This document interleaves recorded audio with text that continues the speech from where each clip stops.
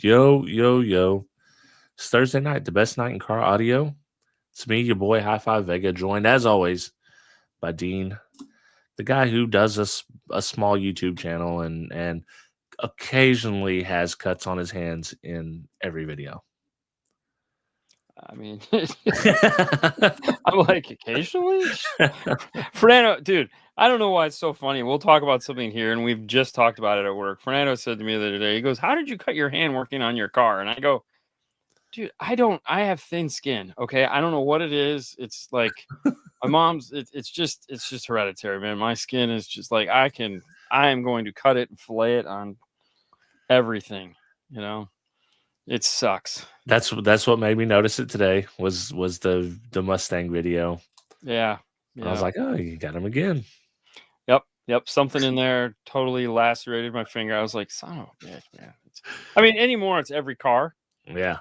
You know, I just go, What's like you see all the memes, the installer memes, like where it shows like a bricklayer's hands, and it shows an installer, and it's just Yeah. I mean, it sucks.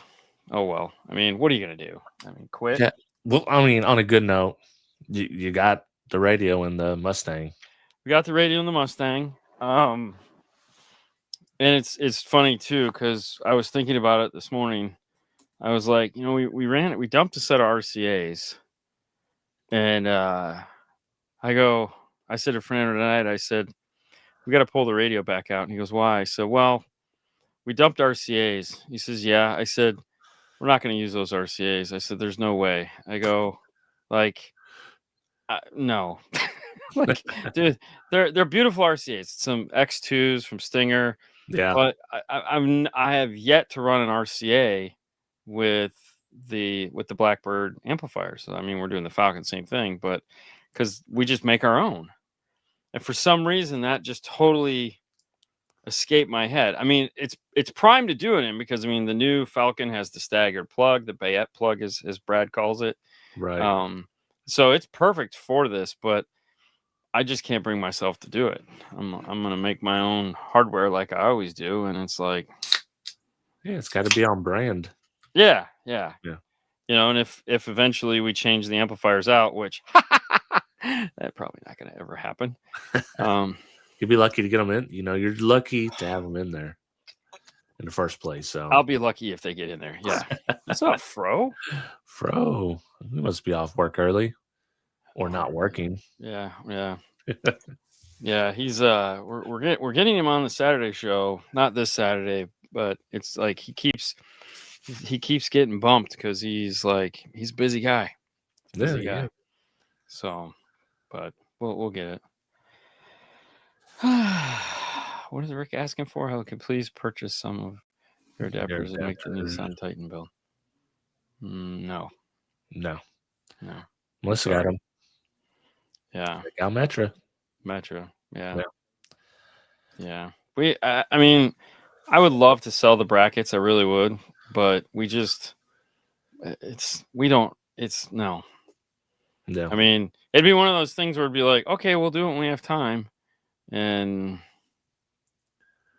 we would never have time. And so people will be pissed. And it's like, I'd just rather break their hearts. And, I wish Sage made every bracket that we made, and just be like, here, sell these. But he's trying to dial back some of them that he sells, because he's like, this is ridiculous. Oh, man. Still at work, just filling a slower store. Yeah. Yeah. These are still multiple stores. We barely have. Let me see. That I know of, we have one true car audio shop in the area within probably 45 minutes of here. I think Stereo King has 4 stores. Yeah, they're a big deal up there. Yeah, they're a big deal. I mean, they got some big, like I remember when he was doing videos, and I was looking at when they were working, I was like, Jesus Christ, what do you feel like 20 cars in there? Like, holy shit. So yeah. Well, the JVC that you put in the Mustang, that's actually that's feature rich. I mean, it's got with the can I let you in on a little secret? Yeah. The JVC and the Kenwood. Yeah, everybody knows that. They're the same radio minus the Toslink. Yeah, Same radio, same. All the background shit's Yeah. all the same. The only thing they do is they change the graphics. yeah, JVC appeals more towards the younger crowd. But the JVC has one feature that is way cooler than anything Kenwood offers, and that is in the new Android Auto Apple CarPlay. You can have which I didn't show in the video. I'll probably do another video showing how this works.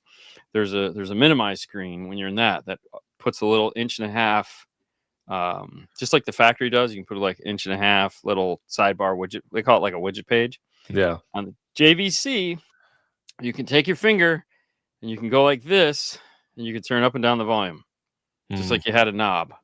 Because you can do that in the center of the screen if you're on anything other than CarPlay or Android Auto. So if you're listening to the radio and you touch the screen and do this, like it has a knob, it goes up and down. But in CarPlay and Android Auto, they prohibit that. So now that you can have the little widget screen off to the side, you can go to the widget screen and do this, which is cool. Like if you have like a Toyota, that if you pull the radio out, you lose the knob.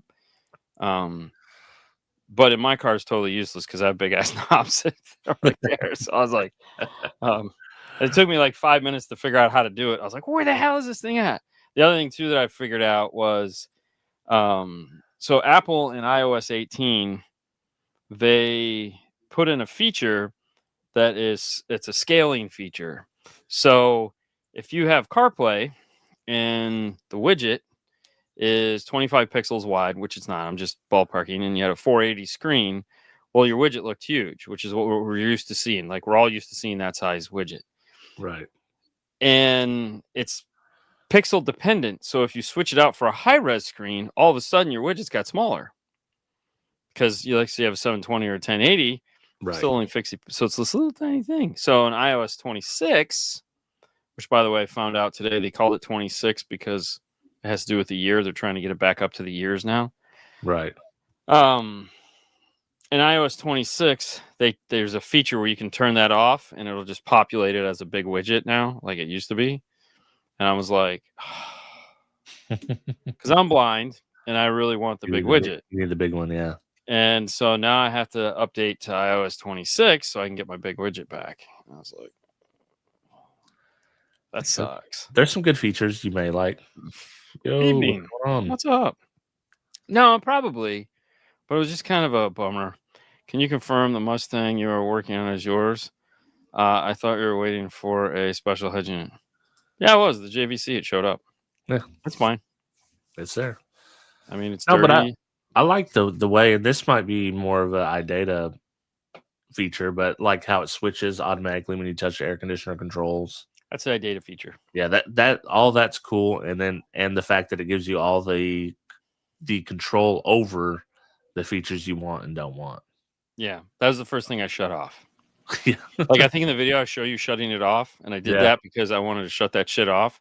Yeah, I had that in the Camaro, and it drive me fucking crazy because I'd be doing something, and I go, and then the screen would flip over. So now what it does, once you turn that feature off, which is cool, now which I didn't show in the video. There again, I got to go back and like show some highlights now that I've had some time with it. The really cool thing is when you shut that feature off, it pulls up a small version of the icon that just pops up in the center of the screen. So like when you're adjusting your temperature, it just pulls up just the temperature right in the center of the screen and then goes away really quick. And you're like, oh, that's pretty cool. Yeah, that's cool. So you know what you're doing still without disrupting everything else. Yeah. And the coolest feature that both of them have, and that's on everything. That's an iData feature. Right. But what I like about the JVC Kenwood, the car did it too, was when you put it in reverse, it automatically mutes audio. And that's a feature that's built into their radios. So as soon as you put in reviews, it automatically mutes audio. Pardon me, attenuates audio difference. Yeah. And which I like because I get distracted easy. So it's like, oh yeah. I wish the Jeep did that, because what happens is in the Jeep when you back up, it won't let you adjust the volume once the backup's on. Yeah. It's just it is what it is until you back up. And it's like if you had a little and it's always in the morning when I'm going to work. I'm like, damn. Yeah. No, I and that's the thing. Like the factory radio did that, but it was always attenuated in anyways. And I Right. was turning it up because I'd be like wanting to hear something like, oh shit, that's right when I needed to hear that. And then it was like, you can't do that, stupid. And you're like, oh Yeah. yeah, I could just put it back in park. Oh, yeah, there's that. hmm So, sometimes you're just, dumb. Hey. So it is what it is. It's fun. I was playing with it. Right now I'm just playing with the EQ, trying to get it to not sound as bad as it does. Like the factory radio definitely sounded better. Oh, really? Oh yeah, totally sounded better. And there's a reason for it. Dean, the type to be searching for a house with GPS pulled up turns music down. Oh yeah. Yeah. Yeah, me too. Yeah. I can't I'm like, think. shh. I'll be like, shh, did you see that? Yeah. Yeah, totally that way. Yeah. I see with my ears. Anyways, I don't know what I was saying. Totally brain farted there. Man, listen, it sucks getting old. Or just too much shit going on in your head. just way too much shit going on in my head. No, it's cool though. I'm excited. It'll be in there. I mean, it's gonna be in there for a while. Yeah. We'll eventually we'll get to Kenwood and we'll do the same thing. That's how these cars go. So I Right. mean, I'm still holding out for like a Linkswell too, because why not? I actually had a car come in this week, a Mustang that had the Linkswell in there, and I was like, "Ooh, that's cool." Oh, I was saying, yes, thank you, Melissa. I was saying the factory radio sounded better. Okay, it sounded better, but not like what you're thinking. So the factory amplifier is where the equalization is done. It's not done in the radio. So now I'm stacking EQs, and in the Ford it just had bass, mid, and treble. Now it has that full EQ pack that is way more shit than this factory amplifier is set to accept. Plus, I didn't put there's not a load resistor. There's a step down resistor that's supposed to go in there to lower the voltage output of the radio. Yeah. Before it goes in the amplifier. It's this little box, and of course I didn't get one of those. So way more signals going in the amplifier than supposed to be. So the amplifier is kind of clipping. But it's not that it sounded better. It's just where it clips now, and it wasn't clipping before. And adjusting the EQ, it's too much adjustment for it, and so it gets this weird, like the speakers make this like wonky sound. They're like wah, and I'm like, the fuck is that? So which is expected. I mean, anytime you stack like that, it's gonna happen. It'd probably be fine if I had to put the little resistor bank in it, and that would have brought the voltage down, and the amplifier probably wouldn't be sitting there screaming at me. But I didn't care because it's all coming out anyways. So I was like, whatever. Yeah, this is just step one. And I'm just playing with it because it's like, it's one of those things where it's like very rarely do I get to play with it when it's in the store. Yeah. But I don't always get to play with it like now. And so now this is like the first time in a long time that I'm like, ooh, like I can take this home and play with it. Like I was sitting in the garage tonight and I was trying to figure out what the honking noise was that it was doing. And I'm like, I'm using the regular 13 band EQ, and I go, fucking idiot, you got a parametric, bro. Shut this shit off. Set all that shit back to 0, went in and started playing with the parametric. I was like, oh, so much better. Yeah. It's like turn on the high shelf filter. Actually, I put 2 shelf filters in it, and that pretty much did everything I wanted it to do. I was like, oh, there we go. 2 bands. That's all I need. I need 2 bands. There you go. It's a DS18 or whatever. DSP. I just need 1 band. 1 band. Yeah. 1 band. Yeah. Just with a really wide Q. The widest you can get. Yes. Oh, yeah. 0 or 9 or 12 or whatever. Yeah. Right. Yeah. Just make it a big. So I had a topic that I wanted to get to last week, but for whatever reason, we talked about car audio the whole time through the whole show. Crazy. Right. Wild. Yeah. And I think this is a topic you're uniquely positioned to talk about. especially Okay. from your side. I only vaguely remember it from my side because I was out of car audio for the majority of it. It's how the internet changed car audio. I remember the beginning part because I was still in audio, and it was mid '90s. I wouldn't say was big. Late '90s, it started getting pretty big. Uh, as far as I remember, and one of the first ones I remember, obviously Crutchfield was always there, but Elemental Designs was like a big DTC or direct to consumer product that I remember being online and kind of like, oh, this is you can't get this in stores. This is like for enthusiasts Right. type Yeah. thing. Well, I mean, yeah, they're starting to do that now. Which is a down for sound and Scar and Right. Not Beat Sonic, Sonic Electronics and stuff like that have definitely. Everybody wants to feel special, right? Yeah. In Crutchfield, I mean, Crutchfield's been around since dawn of time. So I mean, Right. when it comes to doing it right, I feel like Crutchfield, the one company that has managed to always do it right. Yeah. Everybody else is kind of sketchy, Right. Not that they're bad, they're just not as locked in as Crutchfield is. Well, Crutchfield's like, honestly, no affiliation with Crutchfield whatsoever. But if I order something online, that's typically where I get it from. If it's Like I priced said, because you don't feel sketchy. yeah, and it's like I know that I've warranted stuff from them. I've never really had to call for the tech support, but I know you could if you needed to. Yeah. And it's just it's always shipped fast, packaged well. Even I know a lot of people don't like because they think it's expensive, but it's not expensive if you're comparing product to product. It's literally No, the same it's the price that you same would price. pay in the Yeah. store. So yeah, exactly. And there again, like those other and that's the thing that's like, if you look at Sonic and you look at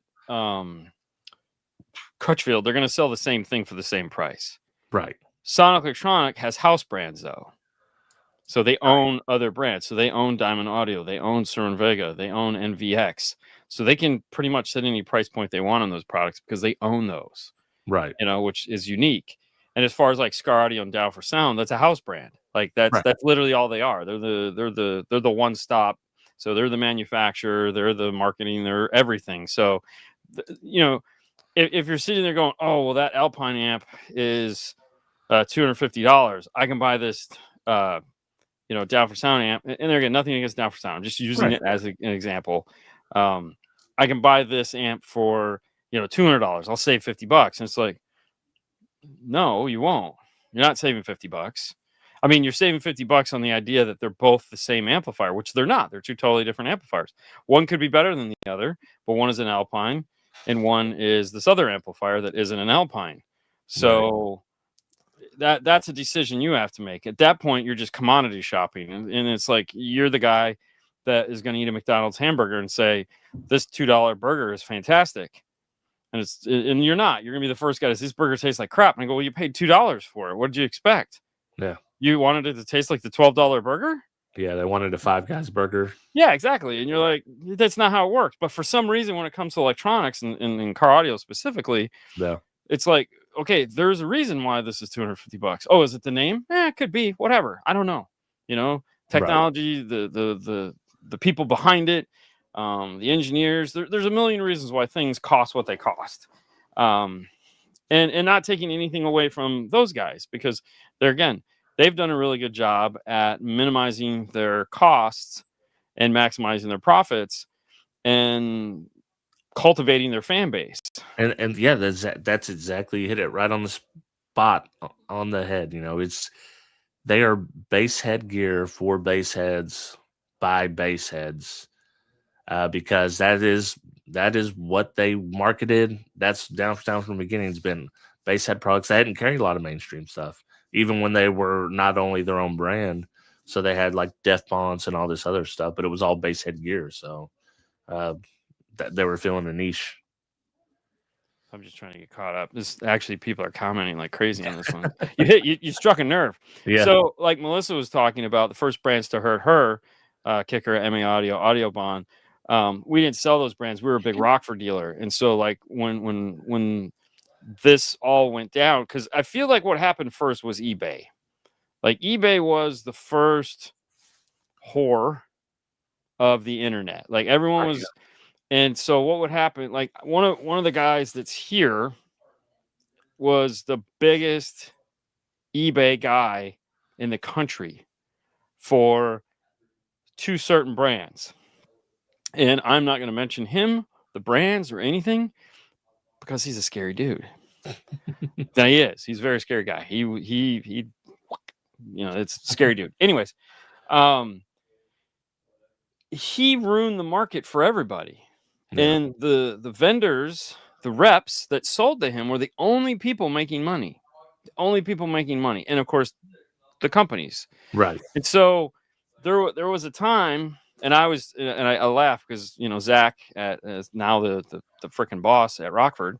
We've known each other a very long time, and I always tell him, I said, you're never going to remember this because like this was years ago, and I was nobody, and you were freaking sales manager or some shit like that. I said, it was when the little tiny amps, the PBR amps came out.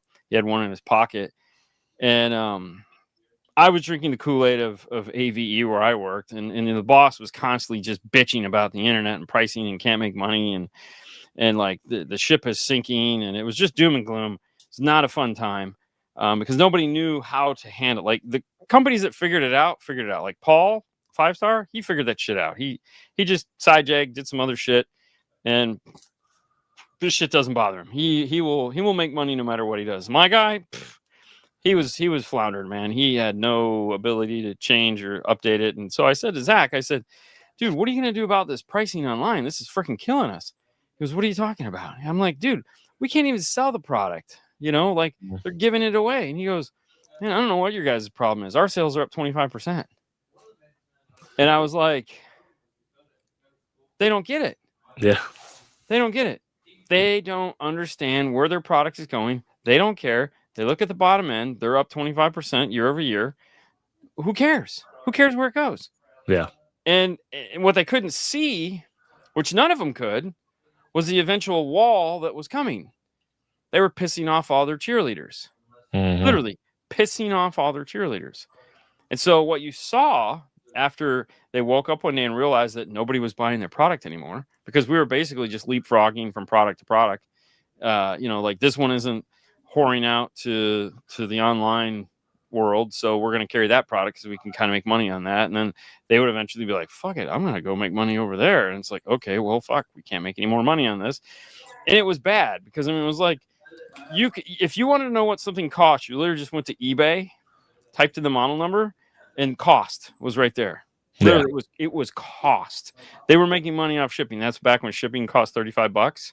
Right. But it was like $5 to ship something, but they charge you $35 to $40 or before eBay started taking their cut on the shipping. Yeah, so everyone was making money on shipping. Right. And it was like, but dude, like dealer cost was what it was selling for. Yeah. So you could do nothing with it. And people come in and they'd be like, yeah, right. And you're like, dude, here's my sheet. $179. This is what it cost me. They're selling it for $175. $4 under what I can get it for. And they're just looking at you like you're crazy.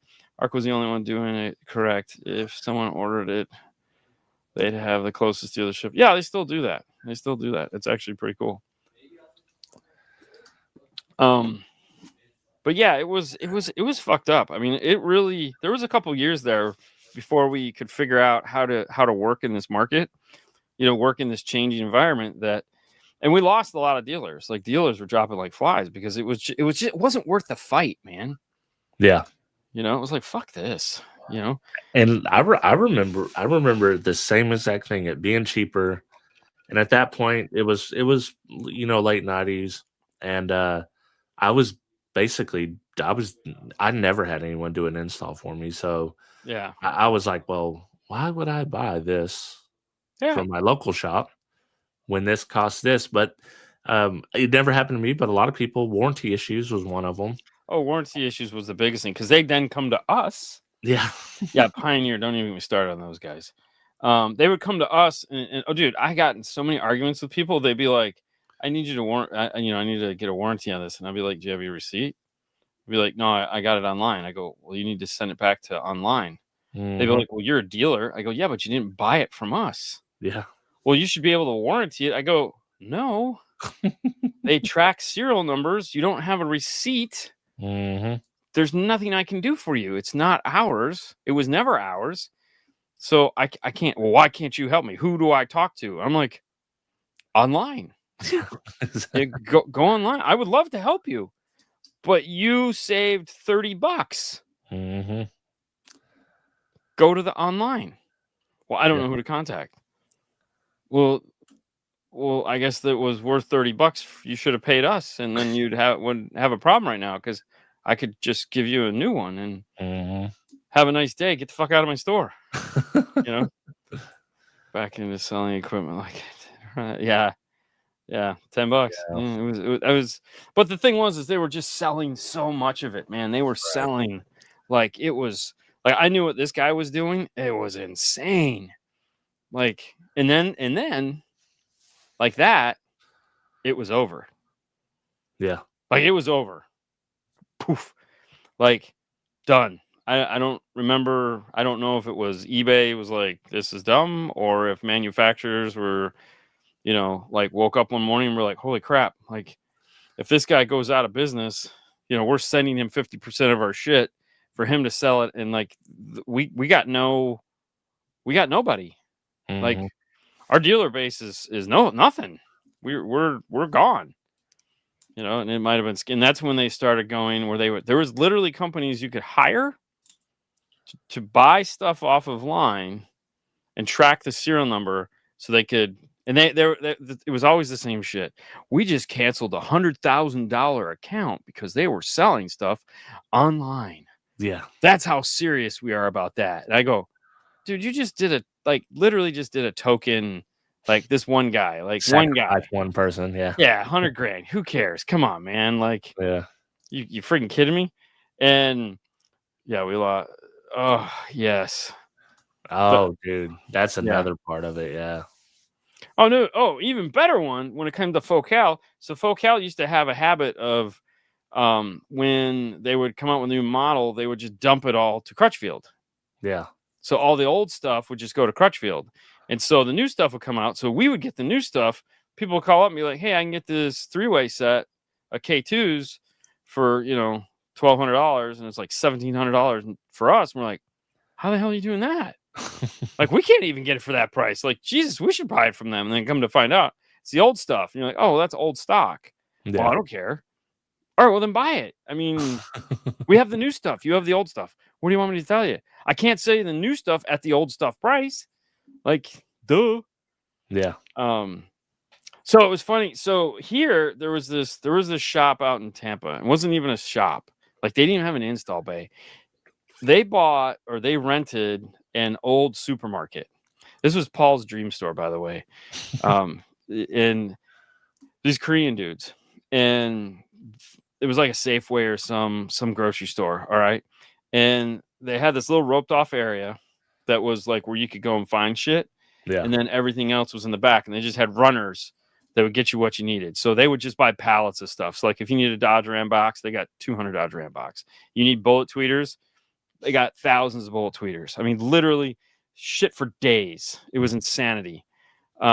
So, and what they would do is how they got around the install thing, because you had to have an install bay, is they had do boys that were out front. Yeah. And so you'd buy your shit and there'd just be a line of guys like you're going to get on a boat that are going to waiting for your luggage. And they'd be like, you need that installed? But yeah. Or they'd catch you coming in going, you need something to get installed? And they'd be like, yeah, all right, let me walk you through and let's make sure we get all the right shit. And then they'd take you, we call them dumpster installers, because they just pull your car over in the shade by the dumpster. And there'd be like 6 cars getting worked on by 6 different guys. Literally the shade tree installer. Yeah. And that's how these guys made a living. So Alpine and its infinite wisdom sold to this guy. Now Alpine would come in and Alpine was like, that scene where they always show the 3 uppity vampires wearing all the British regalia shit. They're just like, it's always Tesla people is always the meme, where they're all just like, yeah. Okay. Like that's Alpine. Okay. Alpine is like roses. White gloves. Yeah, we're the best. And they were for a really long time. So it's understandable. The rose has dimmed. The The sun is setting on that ship. So here you are. They're like, you're elite, you're an Alpine, you're direct, you're blah blah blah blah blah. Then you drive out to Tampa and you go see this fucking place. They just have fucking stacks of this shit that they're just whoring out the door. Out the door, not even online, just out the fucking door. You want 60 pairs of S-Type 6.5s? Whatever. Here you go, buddy. Take them. And you're just going, the first generation of speaker by the pound. yeah. And I'm going, oh, dude. Oh, yeah. That's where I figured out. That's honestly the place where speaker by the pound came into play. That's literally, when you're describing it, that's exactly what it sounded like. They had pallets of 8-inch, whatever, 6-inch, whatever, pallets. And there's just a forklift. You could just set the whole pallet in the back of the truck. Alan Ed's is also owned by Sonic Electronics. So it's all one big company. They're all brothers. They all own the same shit. Yeah. They're like Iranians or some shit like that. I don't know. Don't quote me on that. They're nice guys. I've met most of them. Really cool dudes. Yeah. Really cool dudes. No takeaway there. It's a great company, great guys. My buddy John works there. We've had him on the show before. He's their product guy for Sterling Vega Diamond. So they're wonderful people.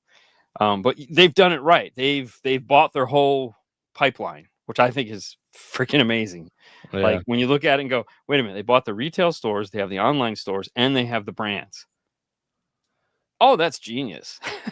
Like, I'm jealous. I mean, because they did it right. They get it all ways. Yeah. They got people on the street, and another one that's pretty amazing is like Patrick Industries. So Patrick is the company that owns Rockford Fosgate Wet Sounds. But they also own Progressive Marketing. Okay, so they went around the country, and if you were the marketing group for Rockford, that sold, they more or less bought you, or they bought the best one in town, and then they took Rockford away from that person and gave it to their group. So basically, like here, ours used to be called Mag Sales, and they bought it, and so Mag Sales became Progressive Group. So they do Rockford, and I don't think they do Wet Sounds. Somebody else does Wet Sounds, which is by on purpose. But now they also control, like they also do Kenwood, and they do Morel, and they do like 2 or 3 other brands. And so, what's up, Austin? Basically, what happens is this company that owns these 2 brands owns the rep firms that rep all these other brands. So no matter what is going on, they're always making money. Because if they're not making money on their products, they're making money on somebody else's products. Yeah. So they always have something, but they still have the 2 that they own. And it's like, this is the new way of doing things. This is pretty spectacular. Like, right. Controlling the pipeline and then controlling the fate of other people at the same time. And then you look at like distributors. So we work with a group of people called the EDA. That's when like JVC hires us to go do trainings with the EDA, and we train the sales guys that pick up the phone. And when you call like JVC, you can be direct, but most people just buy it through the EDA. And the EDA has like radios that are specific to them from JVC. And what's been happening is one of those groups is called Dow Electronics. Dow has been buying up all these distributors. And so now they've become this huge distributor, and they handle Sony. That because Sony's unique in that Sony decided that they don't want to be direct at all. So all of their product comes into the country and just goes off to distributors. Okay. And that's it. So if you're a Sony dealer, you still have to sign a contract, do all that crap, but you don't buy from Sony. There are Sony people that work for Sony and account managers and stuff like that, but it all goes through these distributors. It's so weird. I'm hooked up with Dow. Yeah. Nice guys, but it's just kind of weird, right. Because it's like, and Sony's real happy with the way they've done that. And some manufacturers are looking to do that now too, because it's like, we can get rid of our staff. Like Sony is like 6 people in the US. I mean, it's smart, I guess, in one sense, as long as you have a reliable distributor that you're working with. Steve. Oh wait, hold on. Since Steve Rogers quit doing distribution, we haven't had any great Captain reps left, America? unfortunately. What's that? Captain America? Yes, Captain America. Exactly Captain what he is. Yeah. So Steve Rogers he is one of the coolest guys you'll ever meet, and I'm fortunate enough to call him a friend. And the first time I met Steve Rogers, and we've all met him because he used to be a Phantom for PAC. So he was one of the Amp Global Phantoms, drove around and did all the Phantom crap. He was up in like North Dakota area, somewhere in that range. He's an old school competitor, real esoteric guy, loves audio, total nerd. He now is part owner of Lucas Lighting. So the headlight company, headlight battery company. So he does that now. Really cool dude. But it was funny because what makes him stand out. Like, I love hanging out with him. He's the funnest guy. But the first time we met him, we were at Indy. Okay, the second time we met him, we were in Indy because we'd already had him on the show once with all the Phantoms, and he comes strolling in at like 2 a.m. into the lobby, and I was like, when I say he came strolling in, there was nobody there, and then Steve was standing there, and you're like, "Where the fuck did you come from?" He's like, "I was right here. I've been here. Yeah. I was been here," and I'm like, "Fuck, you were." And just as fast as that happened, like just like you turn around, he'd be gone. So I'm in Canada last year, one of these years I'm in Canada, and I'm talking, we're hanging out, and he's there drinking, and he's one of those career drinkers, and he's drinking, and I was telling my buddy, I said, "This motherfucker right here is a Phantom." And he goes, "What are you talking about?" I said, "He used to be." He says, No, like a real fucking Phantom. I go, "At some point tonight, he's just gonna fucking disappear. He'll be like, we'll all be talking to him, we'll turn our heads, and he'll be gone." He'll be gone. Yeah. Like that. And they were like, "What the fuck ever." And so he orders some beers. He like, and like, we're talking, and the next thing I go, my buddy goes, "Holy fuck, Steve's gone." I go, "Told you." And then fucking 10 minutes later, he's right there, got a beer in his hand. I'm like, "The fuck?" And I go, "There you go." I said, "That's him." He just laughs and thinks it's funny. I was like, No. He's like an old cowboy too. He reminds me of like a Clint Eastwood type guy. He's really cool. But anyways, he lives in Illinois, but was our Minnesota rep for Kenwood Exelon for he's a great guy. And now he does the Lucas Lighting stuff. So, but yeah, good stuff. Hey, what would they call that? The Irish exit? This guy, like I said, this guy's like, it's nuts because he'll exit and pop back and then just disappear again, and you're just like, he's omnipresent. Oh, it just phase shifts in and out of reality. It's like, it's nuts, man. So on that note, what brands do you remember, like, as far as the internet, that were like, oh damn, they're wrecking everything? I mean, I know Kicker was definitely one of them. I remember that back in the day. Like Kicker and Rockford were both that was the thing though. It was like they're going at you go for the big names, right? Right. Because that's all people want to buy is Part Ninja for sure. So like Kenwood, you could get tons of Kenwood, you get Alpine, like every brand that had a name, and that's where a lot of the littler brands came in. Because like we started selling Diamond, right? Back when it was originally Diamond, Image Dynamic. We always sold Kenwood just because, you had to have a head unit line, right? But it was, you weren't making any money on it, right? So that's why you brought in these other brands, and it's a lot easier now. I mean, it's a lot easier now. There's still idiots out there that buy stuff, and you're just like, what the really? Like, well, I remember specifically Rockford. So I don't know, and you might know, but I don't know how affiliated this was, but there was an eBay store called High Desert Audio that would sell pallets of Rockford Fosgate Lightning Audio return type stuff. Yeah. And you could literally buy pallets of it. Yeah. And I always assumed it was Rockford Fosgate because They were selling literally this stuff Rock Frost in, Right.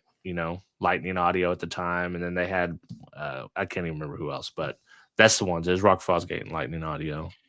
So like Kicker uses a company right now for all their refurbished stuff. So one guy buys all of it. So it all goes to one place. I have no idea who it is. But like every piece of refurbished Kicker stuff goes directly to this guy. Yeah, That's it. That's the pipeline is closed. that's the one. Well, MTX had and still has one now on eBay that does that. So and I forget the name of that store, but it's all MTX acoustic, and it's mixed in. It's their home audio stuff. It's the old car audio stuff. I mean, just selling pallets and pallets of their old 10-inch drivers they used to put in a 3-way setup, in a box. Yeah, I mean it's it's fun. Yeah. Yeah, so I mean for us it was an interesting time. I mean, you really kind of leaned into the installation part of it. Yeah. Even now, so the what people fail to realize is okay, so there's some retailers that won't sell or won't install products that people bring into the store, which is fine. Right. I totally respect that because sometimes it's not worth the headache. Okay. And I also feel that like you have to come up with a business plan that works for you, and then you have to stick with it, or you have to change it because it's not working, one or the other. So we kind of have a hybrid model that we do, that if you bring us stuff to install, we're going to go out and we're going to look at it, and we're going to go through it and be like, okay, these are the pieces we can install. Right. And like, then you need to buy all this other stuff. And if they say no, we go, all right, well, thanks for stopping by, but we're not interested. I think they you guys are and people still look at you funny. You guys are kind of unique in that, because I assume that a decent amount of business that you guys are specifically because of the YouTube channel. Yeah, but I mean, we still get people that just come by. Yeah, we don't sell any white box radios. Yeah. That's a major. That's a no. Yeah. That's a no. And like every 6 months, Paul will still come over and ask us something like that. I'm like, hasn't changed. He's just testing the waters, to see. Yeah, it's like it hasn't changed. Mac Daddy line of Diamond. Is there a Mac Daddy line of Diamond now? There was, yeah. Back in the day. Diamond had 5s. They had, what was it? I think it was actually stuff. So I think it was after D9. Yes. Yes. That was right as we were starting to step away from it, because they were starting. So they had the D9 stuff that was like esoteric. They bought all the old esoteric design. Yep. Which was really cool. But we got out because they were moving all of their stuff to be made in Mexico. And they had no quality control, and so everything just went poof. So we bowed out about that point. So they owed us a bunch of money. We finally settled, and that was it. We were done with the brand. I think after that is, Rockford and Kicker were starting to come up. Like they had fixed all their shit by that point. And so you could actually sell the stuff. So, yeah. Yeah, lots of power. Love me some power. Hello from Japan. What time is it in Japan? It's got to be early, or maybe lunchtime. Boss Elite. Yeah. Yeah. There again, stuff that doesn't break. They know their market. What, dude, the Boss amps, I mean, I literally, Derek done a video on it probably 3 years ago where he was trying to blow up a Boss amp. 10 a.m. And 10 a.m., not bad. And he literally just stripped bare wire. Yeah, I remember that one. He just threw bare wire. That's how he ended up blowing it and just throwing it on there. I was like, well, yeah, which is silly. It's so silly. He was committed. Yeah, I mean, he needs to be committed, because I mean, that's like, why, man? I mean, it's the thing is like, yeah, we won't even go down that rat hole because it's not even worth it. We'll save that one for another day. Yeah. But like, okay, so what I was saying is like with the internet. So, like this week was a prime example of the internet just gone silly. Yeah. We had a guy from your neighborhood drive in with his Lincoln Town car, and he had a 958. He was from Little Rock if he had a Lincoln Town car. I didn't ask. No, west side, west coast. What city's on the west coast of Arkansas? Fort Smith, Northwest Arkansas, Fayetteville, like Rogers, something like that. Yeah. Mm-hmm. So, anyways, he had a 1058, a 958. He had Alpine R types. He had hybrids from Morel Hybrids. He had a JL sub. He had a Morel sub. He had a Blackbird, a Nighthawk, and a 901.5 Kenwood. It was like it had one of everything. It sounds like two of everything. Three of everything. And I'm like, what are we doing? What's and Paul had no idea, because they booked it, and then he just went crazy. And he's like, oh, I bought a Blackbird and Nighthawk because you keep talking about them, so I just bought them. And I was like, okay. I mean, what for? You got 6 speakers in your car, 6 speakers in a sub. What do we? So I just wanted to make sure I had enough. For what? Like, you don't have a sub that can handle this. You have a 10-inch sub. Like, this is almost 1,000 watts. Like, no. Listen, Audison would tell you, just change the ohm load, change the impedance. Yeah. I mean, we could have ran it as a 400 watt amp, European style. Yeah, European style. Yeah, I mean that's what the Europeans do. Just in case you guys are wondering, Europeans all make one sub amp. It's 1,000 watts. Yeah. Okay, and that same amp will do 300 watts, 500 watts, and 1,000 watts. So when you call up and you say, "Hey guys, are you guys thinking about making 500 watt amp?" Yeah, we do. No, you don't. Yeah, we do. It's right here. It's 500 watts. Just run it at this ohm load. Yeah, but it's like $800. Yeah. It's still a 500 watt amp. You asked for a 500 watt amp. There's a 500 watt amp. Yeah, but like everybody else's 500 watt amp is like $300. Well, everybody else's 500 watt amp doesn't do 1,000 watts like ours does. They again don't need 1,000 watts, need 500 watts. I don't see the problem. We have that. You just go round and round, and you're just like, fucking stab me in the ears. Holy cow! I have the opposite. My customers want to replace everything in the MKZ, which is 11 channels and a 4-channel. Yeah. Oh no, trust me. Yeah. We're all there. We're all there. I had a guy. So we're going to do this guy's car. I'm excited about this one. But he called me up and like he was going to do flax. And then Paul comes over and he says, hey, the guy you're talking? Yeah, he goes, he wants to do utopias. I go, what? He goes, yeah, he wants to change that. I go, oh, wait, timeout. Like, it's no. I mean, he's got like an audio control D5 1300. I mean, not exactly utopia amplifier. I mean, is he like prepared to do like a Moscone 1 or Moscone Pro? I mean, then yeah, we could totally do that. And so I had to call him up and be like, okay, let's kind of talk about the crazy here, but you really don't want to put a $2,200 set of speakers on a $600 amp. Like, these two things don't go together. I said, we could do K2s because we've done those. We know they'll work and they'll sound good, but yeah, it's just silly. He's like, oh, okay. Well, yeah, that kind of makes sense. And I was like, okay, I mean, whatever. I'm just, it's like one of those things where you're just trying to like figure this guy out, and you're like, yeah. I know some people don't get it. Like, you're not going to get what diminishing returns. That's what I'm thinking. That is. And I told him, I said, listen, I could sell this to you, right? And I'm not going to, because it's just stupid. And I said, I have morals, and this is wrong, and this would be done. I mean, I get it. Fooling his money's your part, but I mean, that's just stupid. Like, I don't need your money that bad. Like, let's just do what's right and be happy with it. Okay.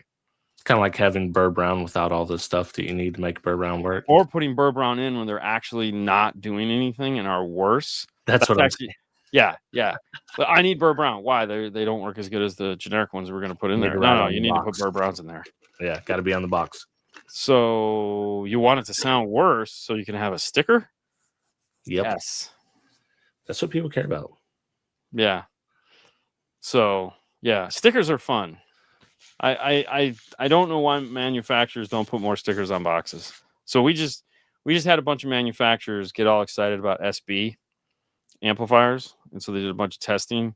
So like I literally played one manufacturer against the next. So I played Arc against Arc was doing it, and I was talking with Kicker. So Kicker got like, oh shit, they're doing it. We need to do it now too. So Kicker went and tested all their amplifiers to see if they're SB compatible, and they are. Yeah. And so are all the Arc audio amplifiers are all SB compatible. So there you go, Melissa. You don't have to worry about. Just need some load resistors and you're done. You don't need 10 ohm resistors. You just need like a 30 ohm resistor. And so they did all this testing. We actually sent Fernando's radio out to Arc so they could use it because the Volkswagens have an SB amp. Now, for those of you who have no idea what we're talking about, don't worry. When we get the radio back, we're going to do a whole bunch of videos explaining this shit. Exactly. So SB is a dual stage amplifier. It changes the topography at half volume. So the negative, which should do nothing, becomes active, and it really fucks things up. And if you have an improper input on an amplifier, where this became really prevalent was Broncos and cheap equipment. And so it became a marketing thing for our good friends at Helix because the Germans have known about this for years, and all their amplifiers are SB compliant. We don't do that here because we go in American cars, and American cars haven't done that until the Ford, and that kind of threw everybody off that was using stuff that wasn't capable of doing that. So we're going to go more into it on the channel in probably a couple months when we get our radio back. We'll explain it all. But yeah, it was really interesting to blow the marketing hype out the fucking window. We're the only ones that have it. We're the only ones. If you don't use our shit, it's not going to work. And it's like, what? This can't be right. But I couldn't get anybody to like take it serious because they're all like, this is dumb. And because it is. Right. It's dumb. And their amplifiers, it was like, so now I'm like, could you put a sticker on the fucking box now? Yeah. Mainly just for the installers. I mean, listen, if anybody likes putting stickers on their boxes, it's Rockford Fosgate, right? No, it's more Kicker. Well, Kicker's way more. Kicker as well. But listen, Kicker's the most. Rockford actually has minimal amount of shit on their box now. They still have DSM on their boxes. Well, yeah, but I'm just saying, like most of the boxes are pretty basic now. Yeah. But Kicker still loves like putting 6. I mean, come on, that's all we're doing is LX amplifiers. Right. Yeah. I can't wait we have the 4-channel waiting in the wings that we have to. Now we'll do that one next. We're gonna dyno the shit out of the 4-channel. So hopefully we are. That's the plan. We'll see how that goes. Yeah. Yes, it is. So if you have a Bronco that has bass audio, the key lock works. It's got load resistors have become like the keyword, right? And everything needs a load resistor if it's a Class T, which SB is still that classification where it needs a load resistor. But the load resistors on the factory radios are for different things. They, for one, you're loading the amplifier down. I always talk about it as like the treadmill with no off switch and just goes to high all the way. So it adds resistance back in the amplifier to control how it works. But it also, these manufacturers now use load for protection. So if the radio turns on and it's in a check cycle and it doesn't see any resistance on it, that thinks the speaker is blown, and it shuts that channel off. So it's really doing two things. It's doing a safety check to see if there is an actual speaker there, and the load is also there to control the output of the amplifier. So there's a lot of things now that are happening that have nothing to do with one another, that have everything to do with one another.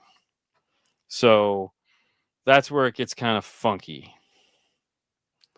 And then trying to figure out which car needs what load and all this other horse shit. It's like, and then how they're handling the load is also another thing. Like, when does it check for the load?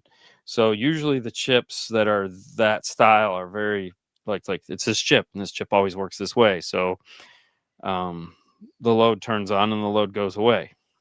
Yeah. Because it doesn't necessarily need it all the time. So it becomes really annoying.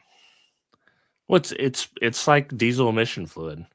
New diesels don't need diesel emission fluid to run, but since it's part of the federal statute and laws, they're in every new diesel vehicle, and they have their own heater and their own thing to cut the emissions down. And if Right. that goes down, guess what? You got to pull the whole damn body off the truck to fix it.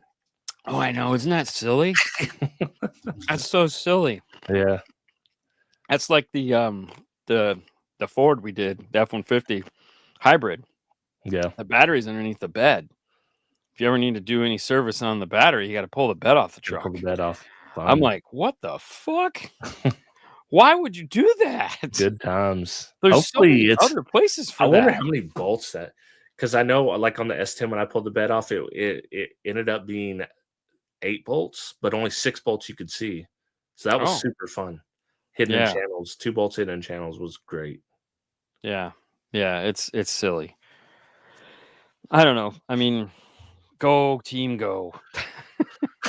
let's make shit hard. Yeah. Ugh, it's so frustrating. Why You not? know? I mean, hey, you only regular mechanics, thing of the past. ING3, IGN3. Is it IGN3? I always get it wrong. Ignition 3.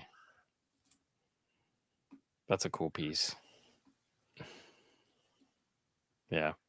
So that was actually that piece was designed for stop start vehicle and overheads. So what would happen is these cars no longer have an accessory. And alarms back in the day when you would do a remote start, you'd use voltage sense to tell the car to not crank, because as soon as you crank the car, the alternator puts out voltage. It would know to stop cranking the car. It's not the best way to do it, but it usually worked pretty well. Cars were a little bit more robust. So that same circuit, the current sense circuit, they put into this thing, the ING3, and what it does is it creates an ignition. So when you turn on the car, as soon as the voltage goes from here to here, it says, "Oh, I'm running," and it turns on the ignition. And then if you're in a stop-start vehicle, as soon as the ignition shuts off, it can either stay on for 10 seconds or 1 minute, because a stop-start vehicle can only stay off for 60 seconds. Yeah. And then it has to start back up and then shut back down. That's why if you're at a long light, it'll come on and come off. And you'll be like, "What the fuck? It's so stupid." Dude, I hate start stop. Matter of fact, I need to order the stupid plug that just bypasses it, because I don't think I'll be putting iData in it anytime soon. Oh yeah, and do the tech work. That's why we don't do alarms anymore. So that's all you. You're great. But no, so the ignition, the IGN3 was designed with that in mind, so that if you need to create an accessory, you can do that. So and then you have like TR4. We did a whole big video where we took all these little oddball pieces like that. Yeah. And we still keep them in the bay. Like I have one hanging on the wall right now, so that if we run into a situation where we need an accessory and there is no accessories in the car, which in some cars there are no accessories at all. They're not there, or where you have to go to get one, which is not a fuse box. It's not worth going to. So you just use one of those, and it's some stupid emissions, probably Congress. The government. Yeah, it was the government. Everything great that happens in our country, the government. Yeah. Well, these buses just sit there and run all day long when they're sitting in the parking lot trying to keep from freezing. We can't have that. We need to shut them off because all that greenhouse gas is coming out of their tailpipes. Well, you know what sucks? Literally, kind of my day job is doing shit like that. So, unfortunately, a guy like me, it's like, oh, we can save this. I've done the math, and we can save this much money.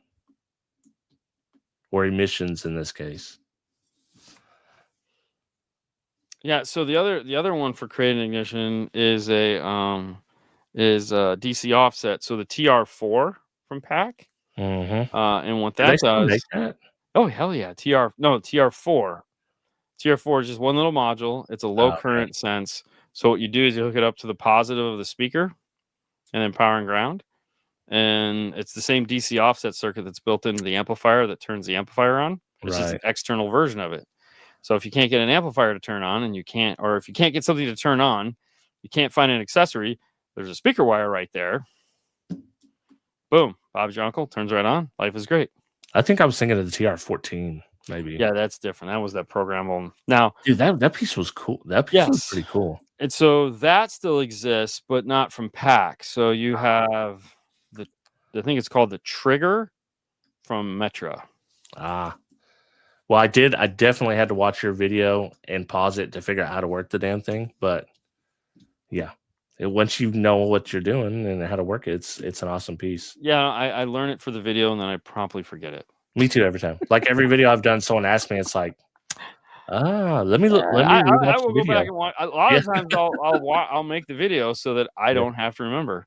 Yeah. You know, like when we were doing we had to do summing with the Moscone amplifier the other day. I was like, I don't know how to do this. Like, we made the video so that I can just go back at some point. I still have to edit and put it up, but I just have to go on and be like, yeah, that was it.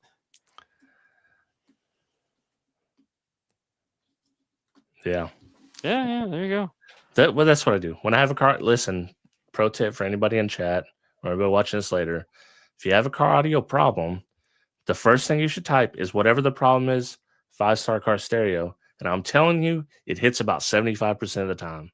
You know, the sad thing is probably there is one there. We just didn't title the video right. I guarantee you, because it's in a longer stream that you maybe answered the question didn't get broke out. Yep. Yeah. Sucks. Oh well. Hey, next week, bro. We're gonna have to wait and see how next week goes because I don't know if I'll be back in time, but I'll let you know. We'll know Thursday. So keep an eye out for the feed. We'll be doing some modish shit. We'll let me know. But in the meantime, if you want to see more, we're going to be talking about a pretty crazy political character, Canadian Donald Trump. Yes, and it gets so wild. So if you guys are for that, click the link. It's going to be fun. I did have an epiphany though watching this that I'll yeah. Okay. All right. So click on that. We may or may not see you next week. We'll let you know in the feed. See ya. See ya.